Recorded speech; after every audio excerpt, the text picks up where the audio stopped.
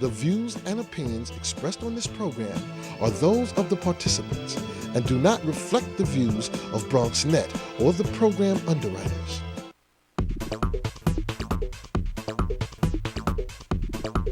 BronxNet. Your voice, your views, your vision.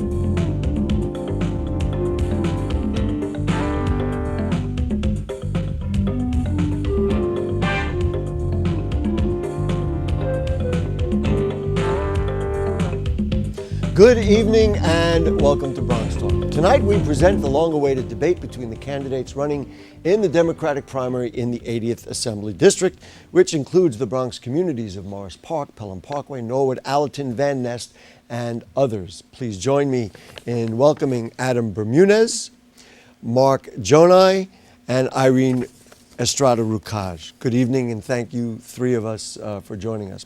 Unfortunately, although we had worked very hard to coordinate the schedule for this debate with the incumbent, Naomi Rivera has flat declined our invitation to appear. Editorially, I will say that asking people for their vote and then not be willing to participate in a debate with other candidates is a posture that we reject wholeheartedly.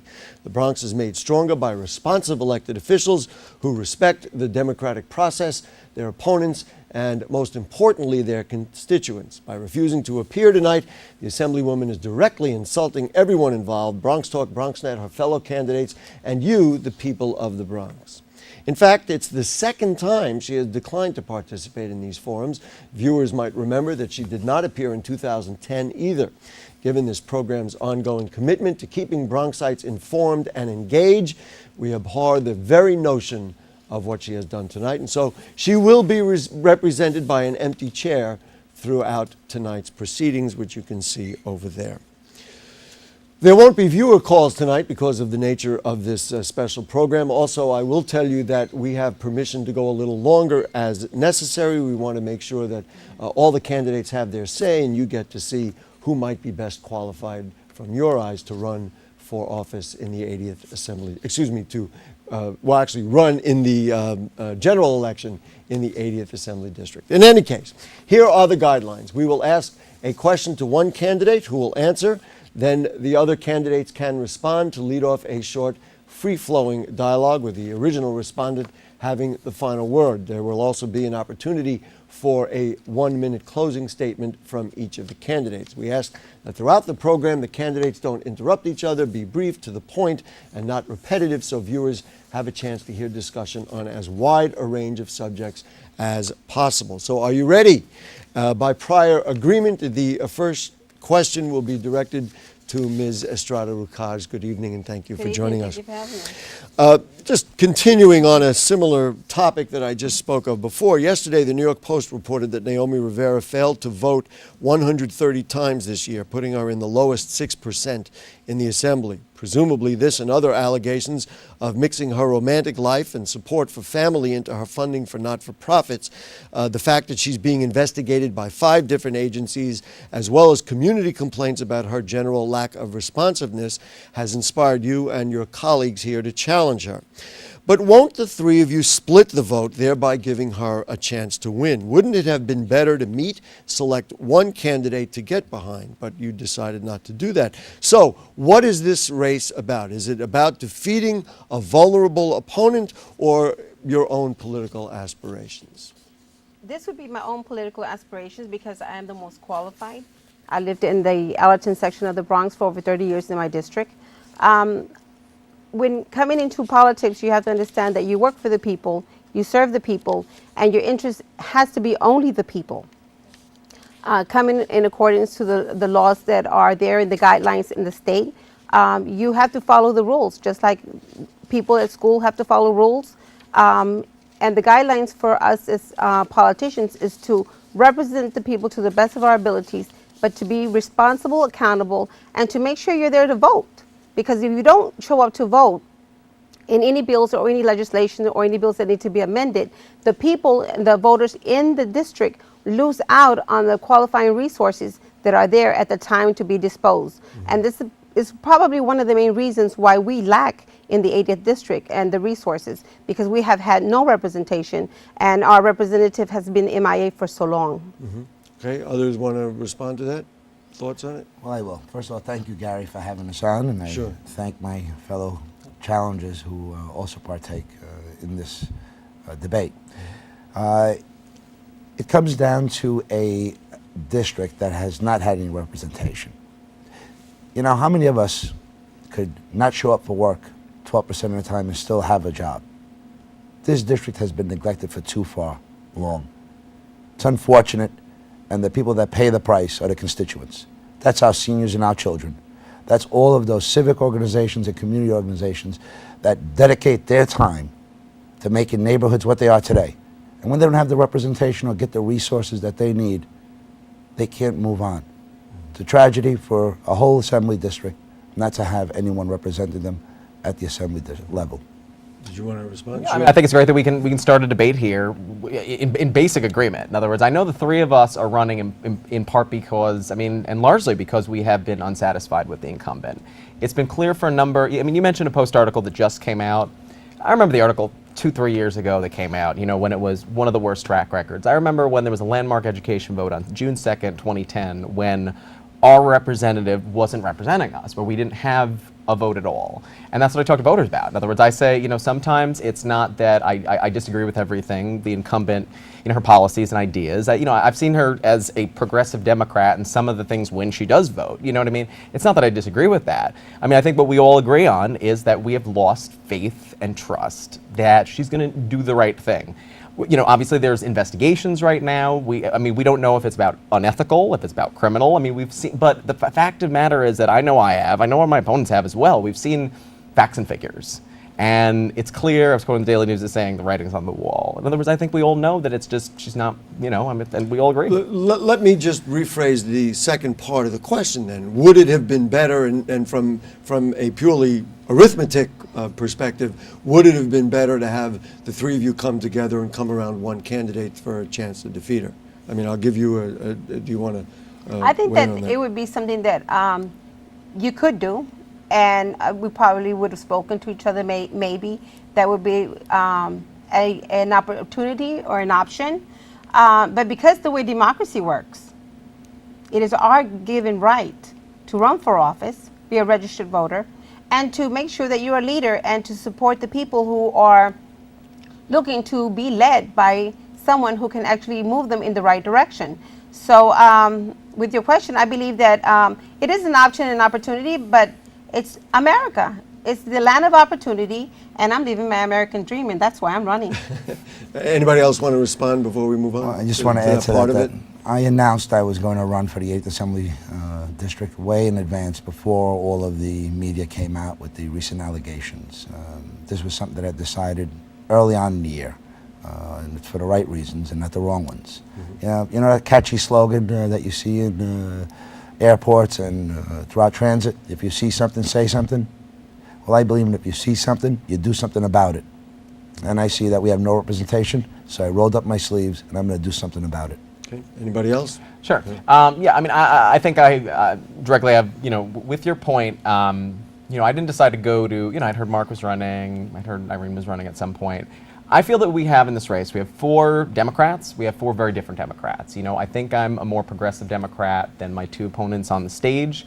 You know, I know that Ms. Estrada Rucaj, you know, I mean, I've known you for 5 years, you're a great community activist. Mark, you're a great philanthropist. You know, in other words, I know great work that you've done in the community. You know, I mean, a lot of it has been involving you.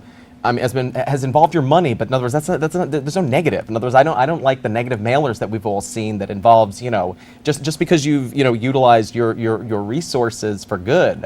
However, the reason that we're 4 different candidates is that we're just, again, you know, what it is to be a Democrat. I think I'm a progressive Democrat. I feel that my 2 opponents on the stage are just are more conservative, and we have different perspectives on things. So as far as this all just sort of coming together to get Naomi, I mean, that's not, I mean, I think we all agree that's not what democracy is about, and I think we all offer very different, things to the community. You have the final word if you want it, or we move on. I'll have the final word. We are living a dream, and we are Naomi's nightmare.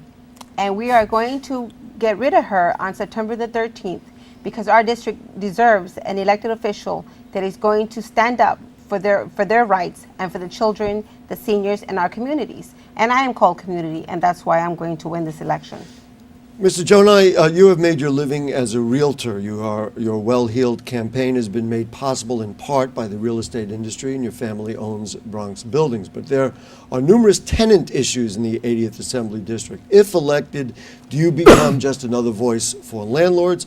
It would be, one would think, an about face if you were to tell us that all of a sudden you're switching to the other side. So explain to me how you view housing issues as regards your own past. Gary, it's simple. Look at my record. I don't know if you realize, but recently I've done two major things in this district. And I've done prior things for tenants. I've been a strong advocate for tenants. Although I am in the real estate industry, and I am a real estate broker. Recently, Coops on Alton Avenue, 5 years they've had their community room closed. Other elected officials have tried to open it. 5-year battle, letter writing campaigns from the tenants. Court actions have been taken. They weren't able to open up that community room. I sat down over a course of a couple of days with that management. They've opened up that community room, and we had a hell of a grand opening with a ribbon cutting. I was able to give out school supplies that day to the residents. They were thrilled that they got the community back. But more importantly, as of last week and this upcoming week, Wednesday, Tracy Towers, that's almost 900 families that were facing a 65% rent increase at a time when families are just getting by, making ends meet. It's insane. When it was brought to my attention, and I thank Ms. Hill and Ms. Mack that they called upon me, they asked for my help, and we were successful to get a court injunction stopping that rent increase, and we're back on Wednesday. Our first initial hearing, we had 1 bus. The second hearing, which was last week, we had 2 buses. And I just heard that they've made reservations for 3 buses, which I have sponsored, making it easier for those residents, those hard-working families, to get to the courthouse that day. So my track record is just that. I can show you how I've helped tenants, and I have continued to help tenants, along with other residents in the neighborhood who come to me with questions about their leases. And it's because of my extensive knowledge in real estate that I can mediate on behalf of a tenant. And I'm no advocate of a bad landlord.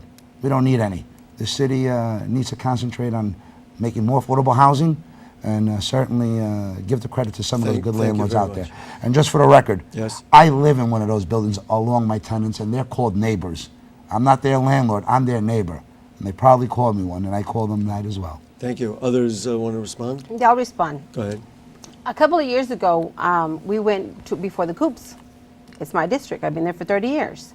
It's not the only time we've been there before. And they had resolved it, and they said they're going to open the room. The room will stay open for a little while, and they'll shut it down. Now, with Tracy Towers, the condition and situation of 65% increases on rent is not only about sitting down with other people and a format and say, well, you know what, I'm going to fix your problem because I have a relationship with landlords because they know me and they're paying and flipping my bill on my campaign. I'm a tenant. I'm an advocate for housing. We go to Albany and lobby. We're at the rent. We go before the rent board guidelines. And when we go there to fight for tenant rights, it's not about just fixing a little corner or a little speck on the map. It's about changing a law that has to be amended from 1994-95 when the landlords got a fair market value for the rents, and the living wage never went up. That's why we're in such a havoc when it comes to our people not being able to afford economic crisis. Your rents are too high. You don't have money for food or Con Edison. You decide two checks to pay one rent, and the families are struggling not only in the 80th district but across the New York State. So when you come up and challenge a law, it's not about changing a little part of the map on the district. It's about getting that bill amended, changing what has not worked for our people, because at that time, our people who represented us were not there to vote on this particular bill, and that's my goal. Mr. Yeah, Bermudez, I think yes. it's good. I think it's good you brought up legislating. You know, I mean, I'm looking to run because I want to be a legislator, because I want to make laws. You know, that's part of the job. Part of the job, you know, working on the state budget, and advocating for your community in, you know, for resources and that. But it's all those things combined. So, you know, I think that we have three on stage. We have three activists, but we have very different kinds of activists. I mean, you know, what I would ask you, Mark, you know, is that, you know, Irene has done activism. I have been active both in my community and democratic politics in the region. You know, I mean, there are times when I have, you know, been an activist. I'm working on things that, again, I'm poor. I've taken a salary for. I mean, do you recognize, Mark, that in other words, when you've done good work, you know, I mean, if it involves you, you know, paying a lawyer to do some good work, I mean, I can respect, and I think that it's positive work for the community. I don't think it uniquely prepares you to be a legislator, though. And if you want to respond as far as like how you see, you know, you using your resources and wealth to help our community, but exactly how that prepares you to be a legislator. Certainly let you respond to that, sir. Gary, being an elected official means that you must represent your constituents, and those constituents have a wide array of needs. You know, it's only recently that I've thrown my hat into the political arena, but I've helped residents my whole life, and I still do, whether it be reading their mail for those that don't understand their mail, whether it be paying their bills. I have a regular group that comes to my real estate office, and I literally go through their mail, show them what's important, throw out what is not, help them recertify for their Medicare and Medicaid, get their SCREE benefits, their DRE benefits, and they're not tenants of mine. They're just folks that live in the community. It's a refuge. My office, I've provided community service long before, and it's a refuge for those residents, including those parents that have informed their children, if you're ever in trouble and you need to run somewhere, you run to Mark Jonai's office, and that's a credit to my good standing and the services and the support those people have gotten. Anybody else want to respond? Yeah, I mean, I think it's great, Mark, that you have, you know, the time and money to do this good work, and that's not a dig. In other words, I think it's great that you do this work. Again, it's a Democratic primary. I'm looking to be a member of the legislature and caucus with Democrats and write Democratic legislation. Again, doing good works for people, you know, I think it's great that you have the time. You know, when I've had the time to volunteer, when I don't have to, you know, work because I've been underemployed as a young guy. I mean, I just see as we all do good activism. I think it's great. But as far as representing the district, I think I have an understanding and will be able to empathize with the voters, you know, who are going through plights that I understand you take care of problems. Do you want to have the final word if you want? I certainly do. Let's set the record straight. I know where I came from. I know my humble beginnings. I know what my parents have gone through to provide for me and make the sacrifices that were able to get me where I am today. They came to a country not knowing the language, not knowing the culture or traditions, working two jobs. They were given that American dream, that opportunity to live that dream. They worked two jobs each. And what you may not know, before I was known as a realtor or the candidate for the 8th Assembly District or the New York City Taxi and Limousine Commissioner, I had a title way in advance of that. It was called the Super Son. So I know what it means to try to come up in this environment where everything's working against you and how hard you have to work to make ends meet. I sold flowers on Pelham Parkway and East Chester Road as a child. I worked in a pizzeria from 7th grade through college, delivering pizza. I know what it took, and I know the sacrifices that I made, and no silver spoon was in my mouth. Thank you, sir. Mr. Bermudez, you circulated a campaign video of you singing a parody song that begged for campaign contributions while you played the guitar strolling through the streets of the 80th Assembly District. Isn't this monumentally insulting to the constituents that need real answers and real leadership on issues? You're a fine guitar player and singer, but shouldn't you be boasting of other qualities when campaigning for political office? Well, I mean, I have a video out. You know, it's not linked to my website. I mean, my website has my ideas. When I put out, literature in my community. It's not about the video. I mean, it was a fun thing I did for a couple hours on an afternoon. And if you look at it, in other words, I feel that my campaign video, some people have seen, it was on Huffington Post tonight. In other words, it's about money and politics. I mean, it's me singing. I mean, I'm not the greatest singer in the world. It was a fun thing to do on an afternoon. There was a New York Times article last week about viral videos and how it's just getting information out there. My information that I got out in the video, in other words, I'm singing for asking folks to vote for me. Although you did also ask directly for money. Absolutely. In other words, the song is about voting. The director, put in information that said, we can't stand that, money drives politics.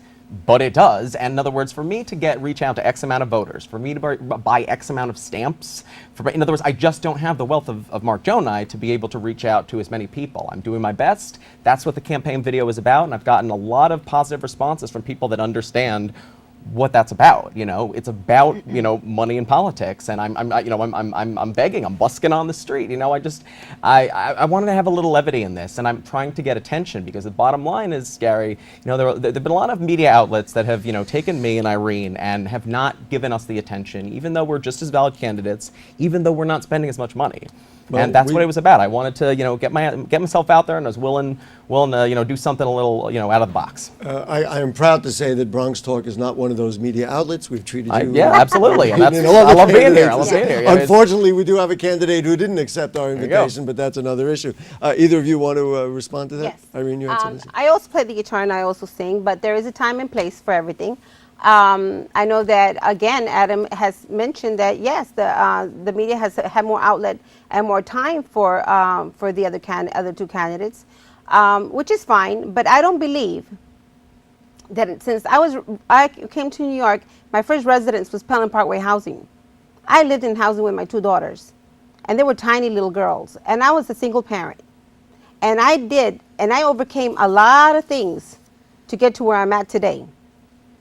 And I tell every single parent out there that you are going to have to go ahead and take a hold of your future and your children's destiny, and don't lean on the government and don't lean on any resources from anybody else, because we can conquer everything by us taking care of our communities and ourselves and our children. We have an accountability. When it comes to raising money for campaigns, I didn't raise money for the campaign because people know me. I've been on every street for 30 years, from Pelham Parkway, Marshall Lewis, Eastchester, Pelham Parkway, the Pelham Parkway houses, the gardens. But my greatest concern in raising money for campaigning is that people will spend a lot of money to target and slander one another, when that particular money could go to a summer school where I worked, and our children didn't have air conditioning for the whole summer. So absolutely a waste of time and waste of money. Anybody else? Did you want to say something? Well, I start focusing on some of the real needs of the community. Jobs, quality of life, things that are important, and what I've come to realize and know all along. Knocking on the doors of thousands of residents in the 80th Assembly District basically comes down to a few things. 1 in 6 Bronxites can't find a paying job. I can help. I have ideas, fresh perspectives on how to create jobs. We have more people out there today than ever before facing challenges of just getting by. Let's start addressing their needs, making ends meet and providing for their families. Give them the jobs, good paying jobs that they're entitled to. There's no reason why the borough of the Bronx should have the highest unemployment level rate in the state. 14%, and that's by many experts, is low. It should be higher. It's a problem that has to be addressed and prioritized, and that's what we should be focusing on today, creating good paying jobs. And we can do that through 2 reasons. Let's let Mr. Bermudez have the final words, and we'll talk about jobs in a moment. We've gotten off the topic a little bit. I think we all agree with that. In other words, I think you're saying basics. I mean, it's difficult. We're 2012. It's a difficult time. Again, I think that I'm the best candidate to represent us, because while I haven't been able to do some, certain kinds of philanthropic stuff that Mark has done, while I'm a little younger, I've lived in the area for I'm 29. I was born in the district. I've lived in the district my whole life. Again, I think that I have a better position to empathize with the voters of the district and understanding their plights. I can't take care of everyone's needs right now. I want to be in the assembly so that I can do good work. I know that I have the skills, I have the preparation, and I have the energy to do that. Ms. Rook, Estrada Rukaj, let's talk about jobs. The recent national political conventions made it clear that jobs and job development is a central need nationwide, and as Mr. Jonai had mentioned a moment ago, it's especially true here in the Bronx with historically the worst unemployment in the state. Small businesses are overwrought with taxes, stifling regulations, and an ongoing influx of franchise stores, which ironically are seen as the solution to the job problem. If elected, how can you help put more Bronxites to work? Number one, the small businesses have to get more incentives and more tax breaks.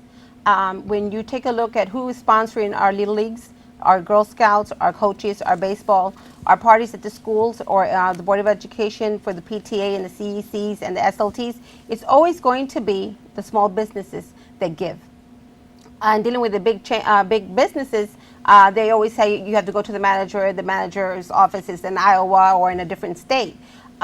They need tax breaks so that they can open small businesses and take care of their families and have incentives to when they hire our youth in our district to keep our youth off the street as well. So I think that small businesses are going to be getting more tax breaks when I am elected, number one. Number two, even though there are other jobs that are going to be coming in with the infrastructure of the Bronx coming from the Department of Economic Development. Because I'm on the board, we get to find out where these jobs are going to be handled. Again, it's always going to come down to the people in the district and in the Bronx who are going to have to get qualified, certified, and skilled. Because you're not going to have a trade unless someone knows that you are able and capable of showing up at work, doing the job, and making sure that you're efficient to do exactly what you are called to do. And that's why I'm a very highly optimistic, motivated woman. Have great visions for our communities and the vision and the state of New York. So I'm going to be the best elected official when I am elected on September the 13th. Okay. Others, I'm assuming everybody wants to talk about jobs. You spoke about it a moment ago, Mr. Jonah. Go ahead. I had the privilege a few weeks ago to meet with President Obama. And the first chance I had to speak to him, I brought up the borough of the Bronx and how we're facing hurdles and challenges greater than any other borough, and have the poorest congressional district in the country, and emphasize that we need more jobs. And he agreed with me that more attention has to be paid to the small businesses, that true driving engine of this economy. And it's true, government has gotten in the way. Small businesses are forced to comply with business more than concentrate on their business. They don't what government doesn't realize is they're putting handcuffs on small businesses. And when you address these issues, immediately respond by, no, it's a city issue, it's a state issue, it's a federal issue, it's a small business issue. Get out of their way. They have to be attorneys, they have to be accountants, they have to have their own human resources department. Well, if they're spending all this time complying with small business, guess what they're not doing? Growing their business. We need to step out of the way. We can immediately start creating jobs in this borough. 2 plans. Tourism. Be quick, because we want to move on. Go ahead. Tourism. We haven't invested in our tourism. We have great assets: Bronx Zoo, Botanical Gardens, Orchard Beach, 2,700 acres. And the second one is, knowing that 1 in 6 Bronxites can't find a paying job, we issue work visas to others coming from abroad to come in and work as nurses. They're RPN, LPN, licensed practical nurse. And you can get certified within a year. Start off with a $40,000 job. Why are we bringing in people from overseas for jobs that we have qualified residents in our borough and our district for? Mr. Bermudez? All right. I'm running a Democratic primary here. I'm a progressive Democrat. I think we heard, 2 answers again that, what I'm trying to get across in this debate today, which is that I can respect the 2 folks on stage and that I just feel they're a little more conservative. Now, that's not to say that, in other words, both are the small business, small business tax breaks. I completely understand that. My family had a small business. It crashed in the crisis in 2008. I mean, my dad was in the mortgage business and everything, and I understand, the tough times that we have right now. But again, I think as a progressive Democrat, I heard some Romney-ish stuff. I'm looking to create job training programs. I mean, I heard some of that too. But we need to pump government money into that. I know that, you know, some people might say, we don't want to raise taxes. We need to be pumping money. We need to be innovative, and just talk about. I mean, we do have some tourist attractions and everything, Mark. I don't think that's the answer. I think we need something more innovative, something more serious. And my literature, my website, I talk about that kind of stuff. I mean, job training. I'm the 29-year-old. I really understand this issue. Thank you very much. You were asked the question, so you can have the final word on it if you'd like. No? Yes. Okay. I'm gathering myself. Sure. I believe that our district, the 80th district, starting September the 13th, will have liberty, they will have life, and they can pursue happiness if I'm elected only for one reason. Not because I'm only an ordained minister or New York State chaplain and see the needs of our communities, but because I am skilled to bring those resources back into our resources where they can be rested and assured that whenever they go to sleep, they have a representative that's going to be taking care of their business and bringing the things that we need to take care of in our homes. But you're going to come down to the bottom line when it comes to jobs. People have to be educated, skilled, and they have to have trades, only because years ago, it used to be a high school diploma was enough for you to get a good job. Now it's a 4-year, you have to have 4 years of college. So I suggest that everybody in the 80th district continue to get educated, but we also have to have more breaks when it comes to our student loans, because they're getting a little bit way ridiculous, and our families who are middle income cannot afford them. Mr. Jonai, recently the MTA has taken to eliminating trash bins in hopes of combating the trash and rodent problem that plagues the subway system. Is this the way to do it? More great government ideas. There was a reason why those trash cans were put there originally. Let's not break something, or let's not try to fix something that's not broken, and by removing those trash cans is not the solution. Mm-hmm. Others want to weigh in? I mean, I think we need trash cans. I got to admit, this. I mean, part of this is like a budgetary issue, of which I don't think, sometimes sometimes that stuff comes out as far as like policies and stuff, that we hear that doesn't sound great. I'm a regular public transit worker, and I've got a lot of problems. I mean, I had to wait 20 minutes to get a 450 MetroCard. But sometimes, in other words, we have to look deeper in, and in some of these issues, it's we need the facts and figures. I understand transit issues, but I don't on this issue as far as the question was, is that the way to do it or not? I mean, we need trash cans. I mean, I get a lot of mice around, but I know that as far as the way that they take the trash out with the trains and everything, the cost. I want to hear more information about it.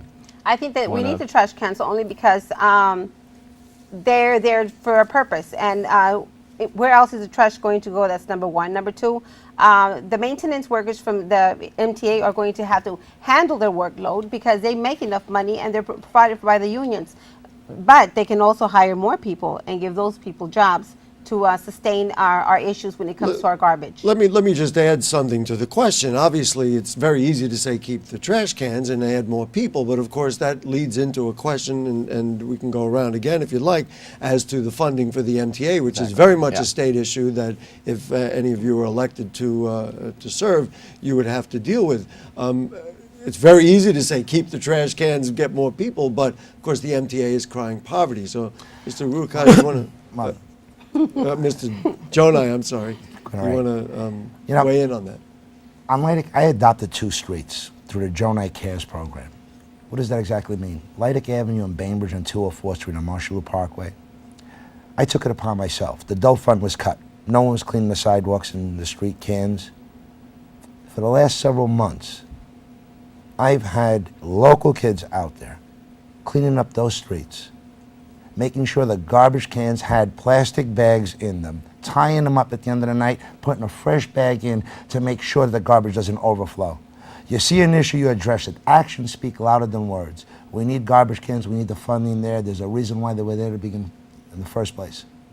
Okay. Did you want to go further with it? Yeah, I mean, we need garbage cans again, but I think we need data. In other words, we need to figure out these difficult budgetary times. It's out there. We don't have it. I don't have it at the moment, but the data is there. I understand that, but I'm just saying that it's Mark keeps talking about, you do something, you say, we're a lot of folks are doing what they can, and we're doing our best, and not everyone has the money to just sort of, I don't think it uniquely prepares you to be a legislator. Government's supposed to be there to address issues. Let's address the issue of the trash cans.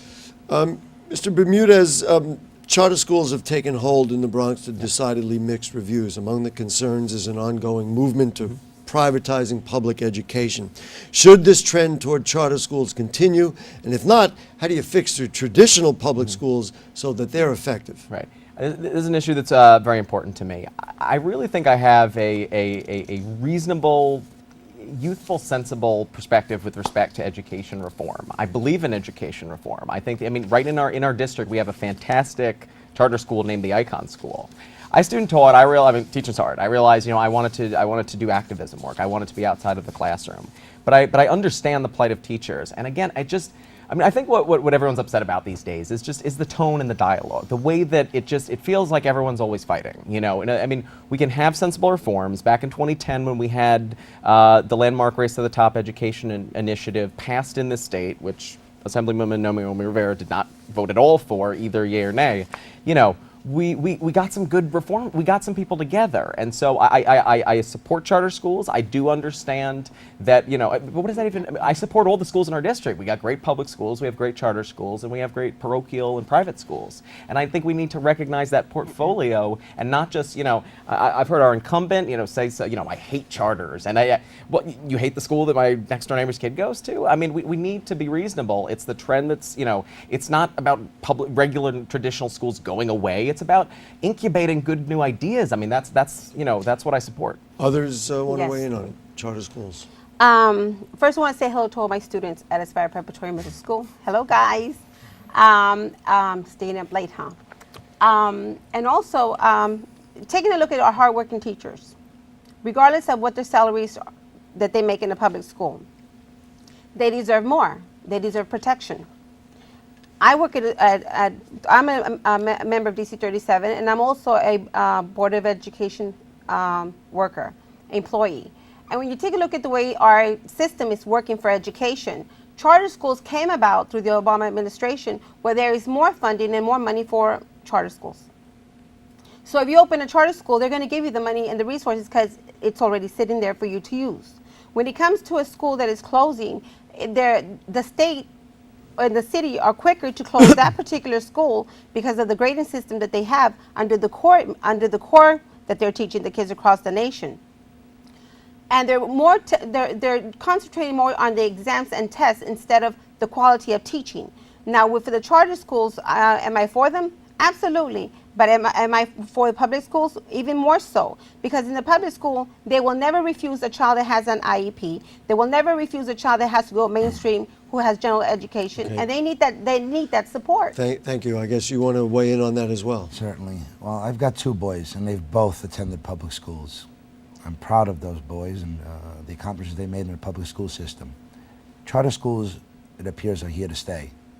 They should be held to the same standards and not given any favoritism over public schools. Okay.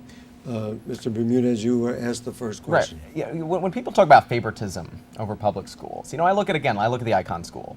You have Well, we should establish that the charter school is a public school. It is. It's a public school with so that's public why we funding. can- But here's one of the great things about charter schools. In other words, you have the Icon School. It's named after a rich financier. Some people, like to say, because a lot of rich folks have donated to charter schools. And I went to Catholic schools. People donate to those schools. But the New York City Public Schools also has the fund for the public schools. There's lots of folks who are doing what they can. Like Mark said about putting their money where their mouth is. And here's this, rich financier who, we have public money in this school, and he's also donated a whole bunch of money to, to even get even more resources. I think we got to encourage that. And that sounds like that's along the lines with sort of what Mark's saying. But again, Carl Icahn's looking to be a philanthropist. That's different than a legislator. I'm looking to be a legislator. We've come to the point in our program, candidates, where we're going to give you each an opportunity, 1 minute, to deliver a closing statement. And so, by prior agreement, Mrs. Strada Rukaj, you go first. I will be your best elected official on September the 13th because I have raised my two daughters, Erica and Daisy, in the 80th district, and one of them is a NYPD police officer, and the other one is a minister and also works for Mount Sinai. And the other reason that I'm also the best elected official is because while some person can adopt one street to clean up, we have adopted the whole district to clean up, and we're going to go ahead and clean up Albany as well.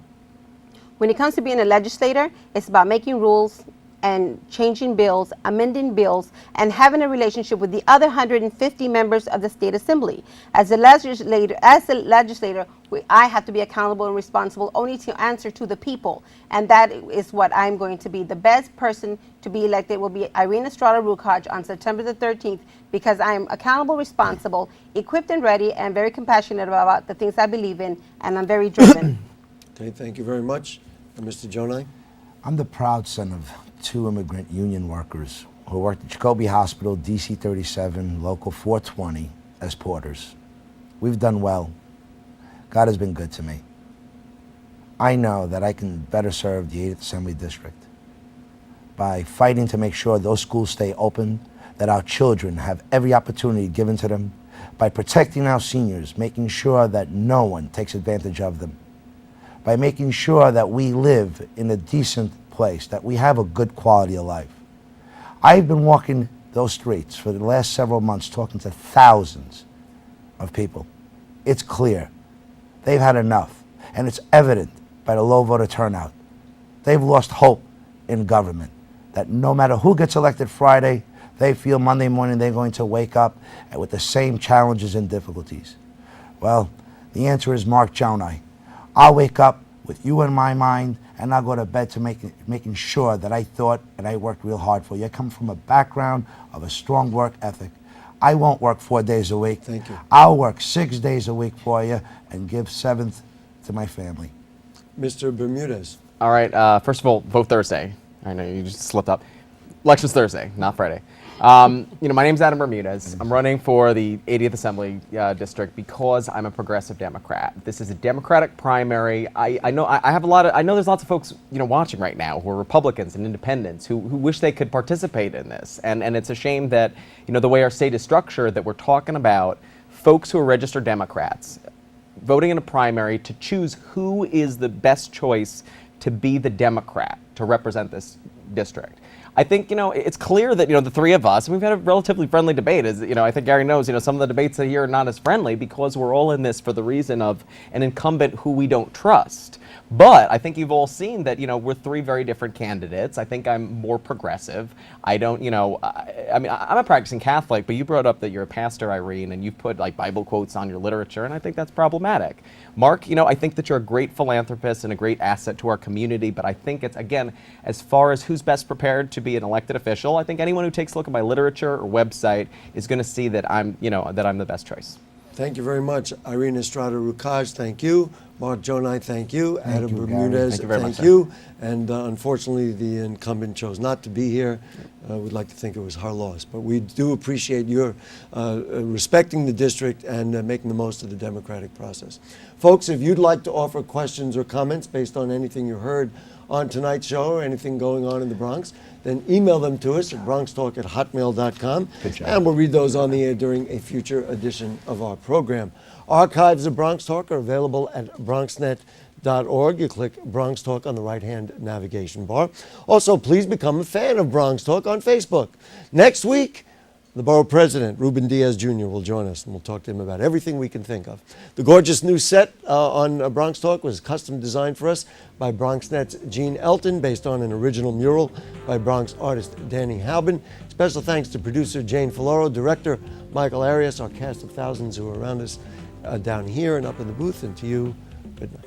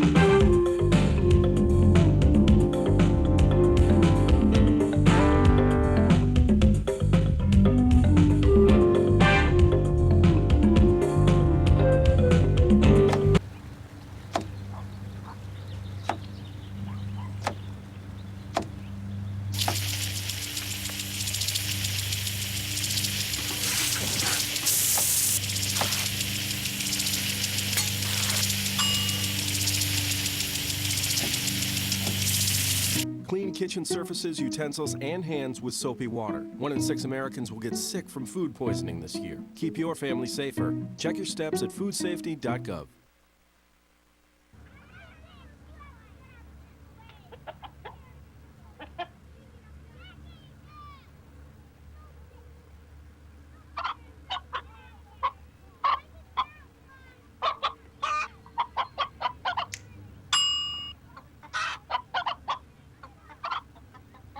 Separate raw meats from other foods by using different cutting boards. 3,000 Americans will die from food poisoning this year. Keep your family safer. Check your steps at foodsafety.gov.